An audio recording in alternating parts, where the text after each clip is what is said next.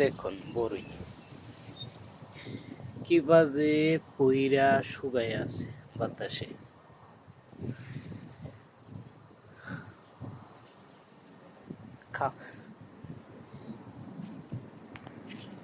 খাওয়ার মতো কোনো মানুষ নাই, খায় না। আমরা বাঙালি ইন্ডিয়ানিরা পাকিস্তানিরা একটু একটু টোকাইয়া টোকাইয়া গাছ থেকে পাইরা খাই, আরবিরা গাছ থেকে পাইরা খায় না।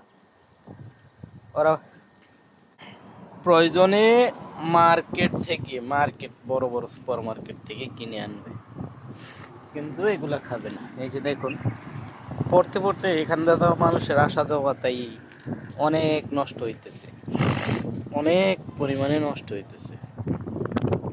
তো এই যে গাড়িতে চাপাইতেছে রাস্তার মধ্যে, সব এই সবগুলা হয়েছে